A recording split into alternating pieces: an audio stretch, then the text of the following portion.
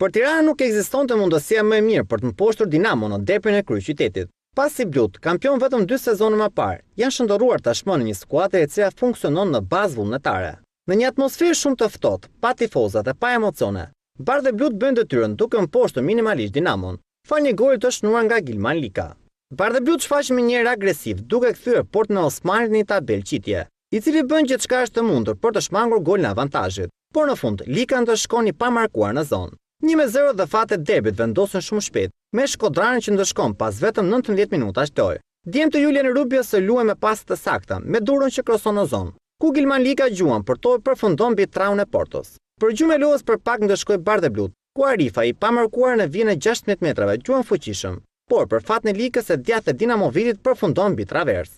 Dinamoviti rrisi ndjeshëm nivelin e lojës, duke vizituar më shpesh portën e Likës, i cili detyrohet të ndërhyjë në dy kohë në gjuhën e Imamit. Mesfushuri blu e provon nga distanca me një të majt potente, që vën në lëvizje portierin e Bardhë e Bluve, i cili kontrollon në pozicion. Në pjesën e dytë ritmi i lojës se spostohet i gjithë në mes në fushës, ku të dy skuadrat e kanë shumë të vështirë të tregohen të saktë përpara Portës. Kuadrati i Lion Likës dhe 3 pikat e Tiranës tronditën në minutën e 73, ku Bekim Kuli me një të majt potente nga distanca i shkon shumë pranë kuadratit të Likës. Bardhë e Blut e mërgjyshit luajnë për gjithçka dhe nuk heqin dorë për asnjë moment nga faza ofensive, për të bërë më të mirë në tyre në derbin e venitur tashmë të kryeqytetit. Minutat e mbetura nuk sjellin ndryshim rezultati me Tiranën, e cila për një natë të vetme sheh veten si kryesuese. Fitore të vyer ka marrë të shtunën Bylisi që kanë poshtur Apoloninën në derbin e afërsisë. Në një takim mjaft interesant dhe në prani të një numri të madh tifozësh, vendasit kanë dalë me 3 pikë. Erlind Koreshi u ka dhënë përsin Malla Kastriotëve në minutën e 14 duke shtyrë në rrjet topin e grushtuar nga portieri mik pas gjuajtjes së kapitenit Dimo. Nga një mosmarrëveshje portieri të Bylisit Frashëri dhe një mbrojtës si ka përfituar Julian Gërxho që ka barazuar gjithçka në minutën e 30. Penalti është ndëruar në gol nga kapiteni Amarildo Dimo në minutën e 70, ka vullosur triumfin e Bylisit që ngjitet në kotën e 14 pikëve. Apolonia mbetet në vend të 12 me 8 pikë të grumbulluara. Pa Xhevair Sukaj në skuadër dhe me xhepat bosh, shkodranët kanë shumë të vështirë të bëjnë oponencë, një skuadër shumë të motivuar dhe financuar. Në Loro Boriçi të besohet e Rudi Vatës, fshi me dorën e tyre emrin si rival për titull. Një synim praktikisht i larguar prekosh nga ish kapiteni përfaqësues Kuqezi. Kampionët në fuqi, Skënderbeu, kanë filluar duke u sjellë si të tillë, teksa mposhtin flamurtar me 10 lojtar, dhe më pas mposhtin vllaznin në tempullin e tyre. Për më tepër me rezultatin e pasër 0-2 dhe pas shpenzuar shumë energji. Fitoria arritur kundër nën kampionëve vlonjat i ka dhënë një dosë të madhe vetbesimi koçarëve, të cilët edhe në Shkodër bën rolin e protagonistit. Në rrëmuje si për Daniel Xhafaj me fat ul një top në zonë, i cili kthehet në asis për kapitenin Blendi Shkëmbi, që ka shumë të lehtë të mposhtë portierin Vujatinovic nga një distancë shumë afërt. Të pafuqishëm për të reaguar në fushën e lojës, të besohet e Rudi Vatës, humbasin qetësinë dhe sjellin tension në minutat e fundit të pjesës së parë. Në mungesë të Xhevair Sukajt, ofensiva kuqeblu duket të zbet, ku Vajushi vetëm e ka shumë të vështirë të kthehet në rrezik, pasi Stanislav Levi ka rindërtuar një mesfush potente. E aftë të thyesh çdo aksion të shkodranëve. Kampionët në fuqi kërkojnë të mbyllën llogaritë e takimit më të rëndësishëm në javën e 10, ku Iglal Muça me një parabël të ëmbël i shkon shumë pranë golit të tij të dytë me fanelën e Skënderbeut. Daniel Xhafa bën gjithçka është të mundur për të shënuar, por nuk është të thënë që sulmuesi vlonjat të festojë. Goleadori më i mirë në 2 sezonet të fundit zhyhet në plan zhon, duke shkuar shumë pranë kuadratit të Vujatinovic. Së mos mjaftonte mungesa e Xholit Sukaj, Kuqebluti ndërlikojnë dhe më shumë punët vetes me Danaj, që shkakton 11 metrash në minutën e 66. Nga pika e bardhë nuk shfaqet Shkëmbi, por ai që ndëshkon shkodranët është Gjergj Muzaka. Mesfushuri përfaqësuesit tregohet i saktë, duke dy fishuar rezultatin dhe duke hipotekuar në këtë mënyrë 3 pikat të radhës. Për të vendosur vullin humbjes së vllaznisë dhe për të konfirmuar se i vetëm nuk arrin të bëjë diferencën, mendon Armando Vajushi. Talenti shkodran këtë herë provon nga një goditje standarde, e cila përfundon shumë larg kuadratit të shehit. Përfundon në mënyrë të dëshpëruar momenti së vërtetës për vllazninë e Rudi Vatës, e cila konfirmon se është shumë larg të qenë një skuadër pretendente. Për më tepër pa Xhevairët e saj në skuadër. Dy prej debutuesve të këtij sezoni në kategorinë superiore, Pogradeci dhe Kamza, vijnë përballë njëra tjetrës në javën e 10 të kampionatit kombëtar të futbollit. Një 90 minutë është tepër delikat për të dyja formacionet, të cilat kanë si objektiv parësor qëndrimin në kategorinë superiore. Kryeqytetasit në eksperiencën e tyre të parë mes më të mirave të vendit kanë surprizuar me rezultatet e arritura deri më tani dhe premtojnë të vijojnë serinë e tyre edhe në transfertën pogradecare. Trajneri Ernest Gjoka se pavarësisht forcës së kundërshtarit, sidomos në takimet që luan në shtëpi, skuadra e Kamzës do të tentojë të dalë pse jo edhe me 3 pikë. Është një ndeshje edhe e rëndësishme, po edhe shumë e vështirë. Luhet në transfert, luhet ndaj një ekipi si Pogradeci që deri tashmë nuk ka gabuar në shtëpi vet, por ne e kemi vlerësuar shumë si ndeshje. Testi që bëm edhe në mesjavë ndaj Teutës për kupë, mendoj që ishte test që shërben edhe ndeshjes.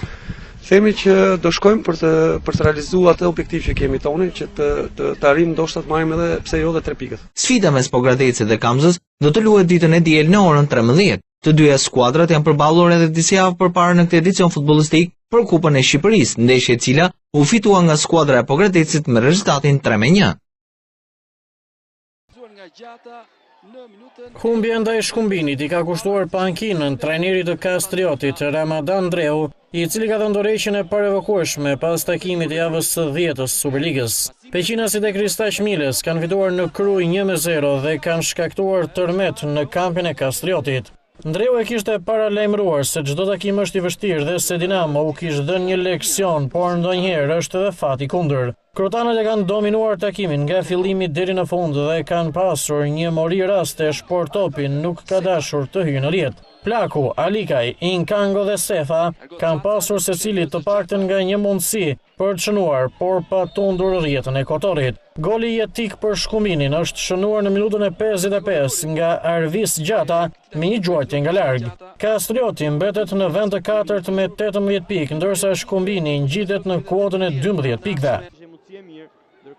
Flamurtari hedh një tjetër hap fals në garën për titullin kampion, madje Kuqezin kanë haruar të fitojnë edhe në fortesën e tyre, aty ku arritën edhe rekordin e 30 fitoreve radhazi. Në Vlorë, Flamurtari ka marrë vetëm një barazim 1-1 ndaj Tomorit në ndeshjen e vlefshme për javën e 10 të Superligës. Ndeshje e tretë pa fitore për të besuarit e Edmond Lutaj dhe objektivi që largohet gjithnjë më shumë. Ishte parashikuar një fitore e lehtë e Kuqezinëve në Vlorë, por nuk ka ndodhur ashtu, edhe pse vendësit e kanë nisur mjaft mirë takimin, duke krijuar raste për shënim. Kanë provuar hysa e Progni, por Lani e ka mbajtur portën e paprekur. Rezultati ka ndryshuar në minutën e 39 të pjesës së parë dhe është Flamurtari që kalon avantazh me të përhershmin Vilfor Hysa. Aksioni është spektakolar me Bërkic që I shmanget kundërshtarit dhe jep topin me mjaft finesë për Hysën. Sulmuesi I Tiranës nuk I humb spektaklin e aksionit dhe fluturimthi me të majtën në poshtë Lanin duke ngritur pesh sportdashësit vlonjat. 1-0 për Flamurtarin përfundon fraksioni I parë, pjesa e dytë nis me një surprizë të hidhur për vlonjatët. Pa kaluar 2 minuta dhe beratasit barazojnë. 19 vjeçari Doraldo Paja u bën gjëmën vlonjatëve.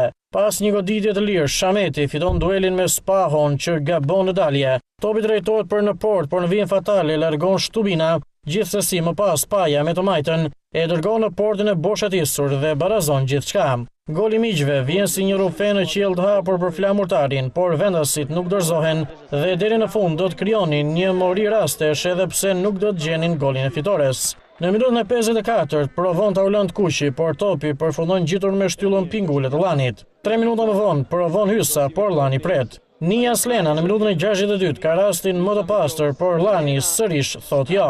Dialogu I vlonjatëve me portirin e Beratasve vazhdon. Progni gjuan në minutën e 68, por Ervin Lani ndal në 2 kohë. Të aktivizuarit në pjesën e dytë, Bruno Telushi dhe Ardit Shehaj provojnë respektivisht në minutat 81 dhe 90, por krijohet vetëm mirazhi I golit. Përfundon 1-1 mes Flamurtarit dhe Tomorit. Vlonjatët ngjiten në kuotën e 17 pikëve, aq ka Skënderbeu, ndërsa Tomori merr pikë pas disa ndeshjesh agjërim.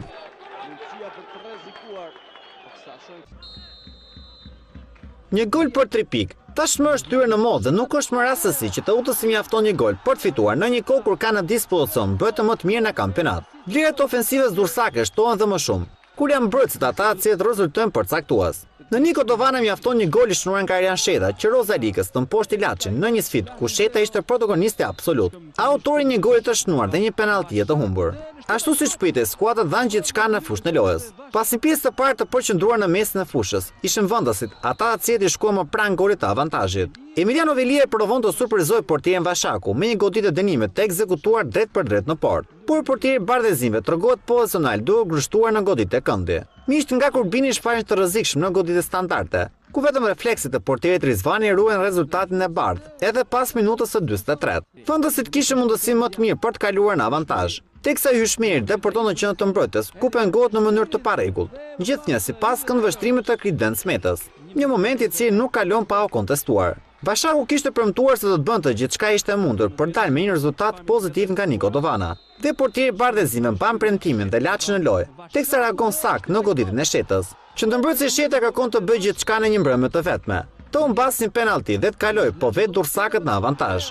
Në lojën e ajër ish mbrojtësi Partizanit është i papërmbajtshëm, duke kërcyer mbi të gjithë dhe me kokë ndëshkon Bashakun. Askush nuk mund të mendonte që pas 10 javësh, Teuta do të vazhdonte të ishte e paprekshme në Niko Dovana, dhe për më tepër si kryesuese vetme e kampionatit shqiptar.